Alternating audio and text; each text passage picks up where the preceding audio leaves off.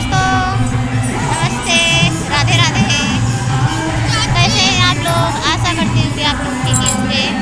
और ये देखिए हम घूमने आए हैं और देखिए हमारी ननद है और हमारे बच्चे खेल रहे हैं देखो। और हम कहाँ घूमने आए हैं आप लोगों को ये भी बता दें। ये है हमारे हरियाणा के गार्डन श्री लक्ष्मी अग्रसेन धाम, वहाँ पे घूमने आए हैं। और छोटा सा गार्डन है, बहुत प्यारा। अभी तो यहाँ पर पूजा चल रहा है फिलहाल, शोर नहीं होने दे रहा।